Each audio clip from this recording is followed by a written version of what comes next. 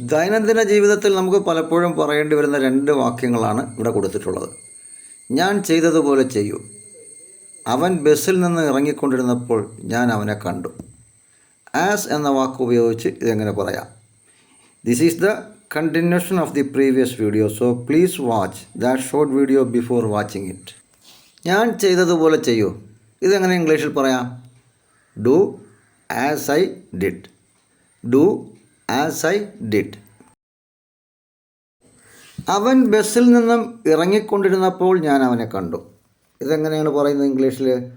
I saw him as he was getting down from the bus എന്നോ I saw him as he was getting off the bus എന്നോ പറയാം.